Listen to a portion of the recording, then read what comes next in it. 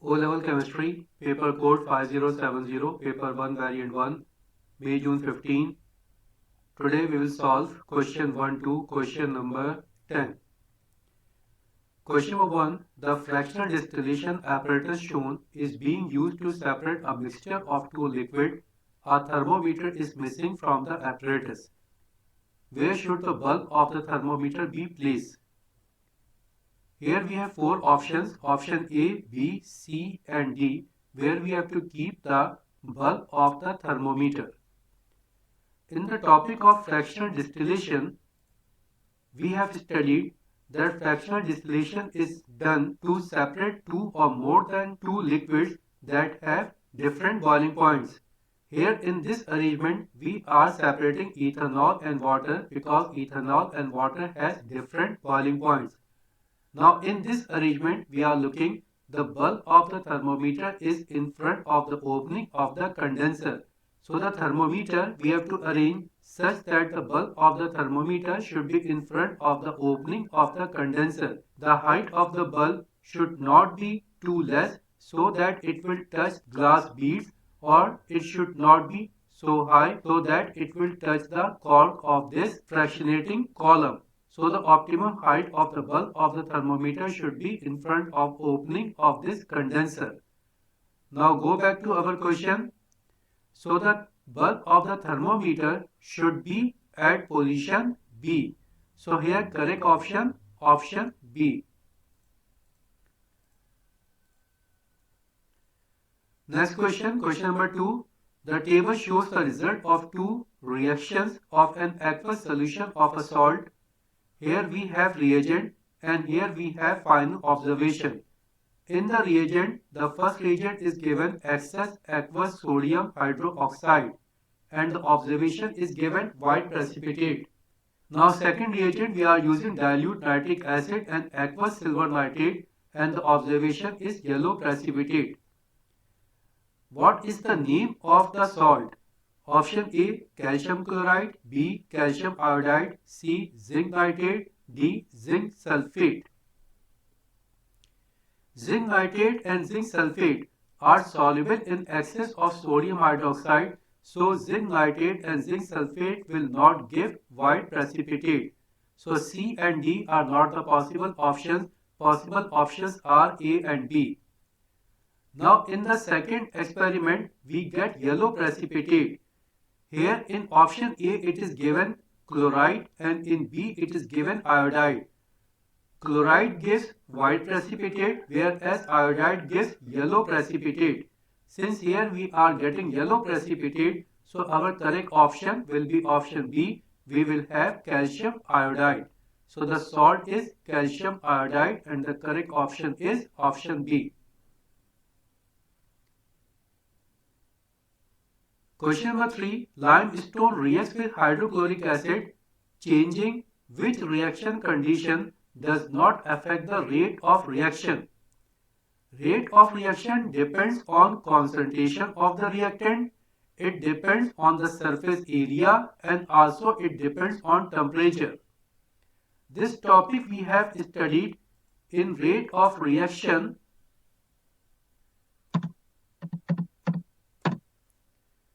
How we change the rate of reaction?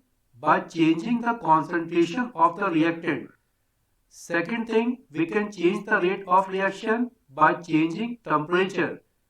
Third, we can change the rate of reaction by changing the surface area. So here we can change the rate of reaction by changing concentration, by changing temperature and by changing temperature. But by changing pressure, we cannot change the rate of reaction, and here it is asked changing which reaction condition does not affect the rate of reaction. So pressure does not affect the rate of reaction and pressure is given in option C. So correct option, option C. Question number 4. A particle contains 34 protons, 45 neutrons and 36 electrons.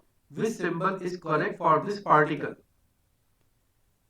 In a neutron atom, number of protons and number of electrons are same. means in a neutral atom if there is 34 protons, there should also be 34 electrons. Here in this particle, number of electrons are 36, means it has gained 2 electrons. And when an atom gains electron, negative charge is developed on it, and when it loses electron, positive charge is developed on it. If it will gain 1 electron, then 1 negative charge will be developed. If it will gain 2 electrons, then 2 negative charge will be developed. Since here we have 34 protons and 36 electrons, means it has gained 2 electrons, so definitely on this particle 2 negative charge should be developed. Now we check the options. In option A, on this particle there is no charge, so this one is not the possible option. Here in option B, we have 1 negative charge, means it has gained only 1 electron, so it is also incorrect. In option C, we have 2 negative charge, means it has gained 2 electrons, and after gaining 2 electrons, total number of electrons will be 34 plus 2, it will be 36. So correct option C. What is given in option D? In option D, we have 2 positive charge. Positive charge means it has lost 2 electrons. If it has lost 2 electrons, then total electron will be 32, and here it is given total electron is 36, so option D is also incorrect. Correct option C. Question number 5. Which molecule contains 3 shared pair of electrons between 2 of its atoms? Option A, carbon dioxide. In carbon dioxide, one carbon atom reacts with 2 oxygen. And when one carbon reacts with 2 oxygen, with each oxygen in between carbon and oxygen there is a double bond. So here in between this carbon and oxygen we have a double bond, and in between this carbon and this oxygen we have a double bond. Now how many shared pair in this compound? We have 1, 2, 3 and 4 shared pair. And it is asked here we have to find out the molecule that has only 3 shared pair. So this option is incorrect. Option B, ethene. In ethene, we have carbon-carbon double bond, and with each carbon, one hydrogen is attached. Now total shared pair are 1, 2, 3 and 4. So again this option is incorrect. Option C, water. In water, we have 1 oxygen and 2 hydrogen. So here total shared pair will be 2. So option C is also incorrect. Option D, nitrogen molecule. In a nitrogen molecule, one nitrogen atom reacts with another nitrogen atom, and when one nitrogen atom reacts with another nitrogen atom, 3 electrons of each nitrogen are shared. So here 3 electrons of this nitrogen will share with 3 electrons of this nitrogen, and it will make a triple bond. So in this triple bond we have 1, 2 and 3 shared pair, and total number of electrons that are shared are 6. So here in N2 we have 3 shared pair. So our correct option will be option D. Question number 6. What happens when sodium chloride melts? Option A, covalent bond in a giant lattice are broken. Sodium chloride is an ionic compound, it is not covalent, so option A is incorrect.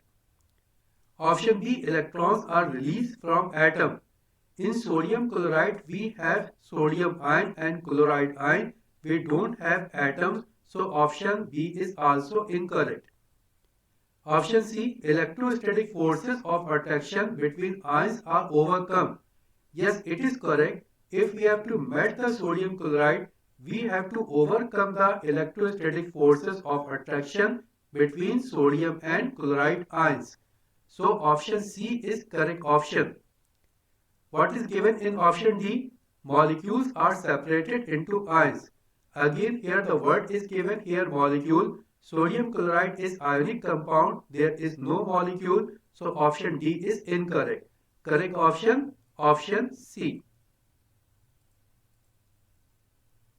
Question number 7. Which compound contains only 8 covalent bonds? Option A. In option A, we have diethanol. For this diethanol, the simple molecular structure is shown here. In this structure, how many covalent bonds we have?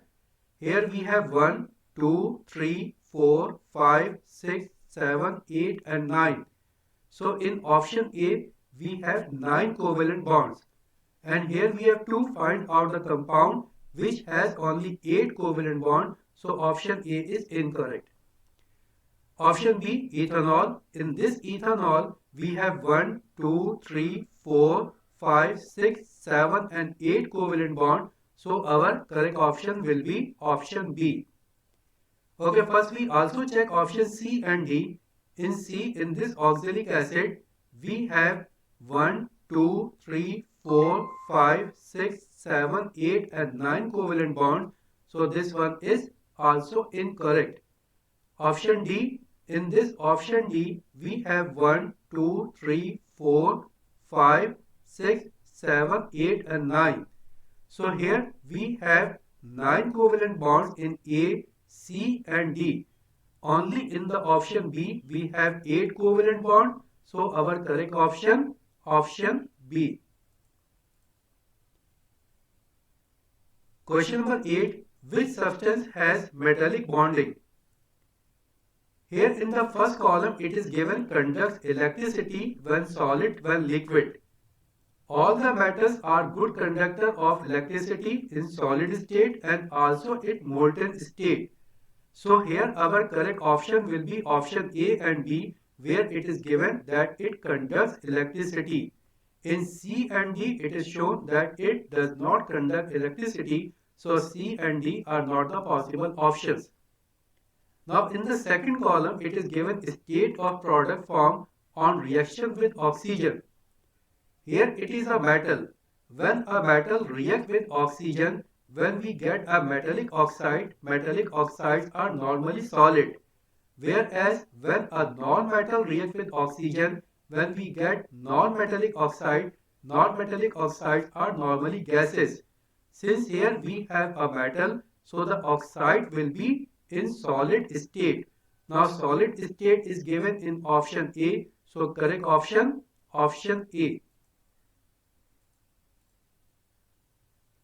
Question number 9. A gas cylinder is placed in each of the 4 corners of a square room. Each cylinder contains a different gas stored under the same pressure. The gases are released at exactly the same time. Which gas will reach the center of the room first? The gas that will reach the center of the room first will be the gas that will diffuse more. Now rate of diffusion depends on molecular mass. More molecular mass, less will be the rate of diffusion.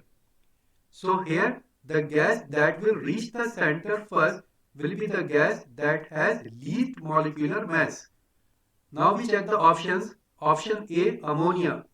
In ammonia, the molecular mass of ammonia is 14 plus 3, it is 17.